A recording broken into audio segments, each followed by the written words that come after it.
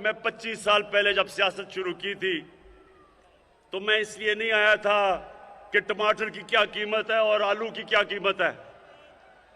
मैं इसलिए आया था कि मैं पाकिस्तानियों को एक कौम बनाना चाहता था। मैं देखा कि कैसे कायद आजम के बाद आहिस्ता आहिस्ता हमारी कौम दुनिया में उसका वकार गिरता गया। मैंने देखा कि कैसे आहिस्ता आहिस्ता हमारे जो हुक्मरान थे उनको पता ही नहीं था कि मुल्क बना क्यों है। कायद आजम के बाद कभी भी कोई ऐसी लीडरशिप नहीं आई जिसने लोगों को बताया कि ये मकसद क्या था। जब पाकिस्तान बनने का ये नारा लगा था कि पाकिस्तान का मतलब क्या,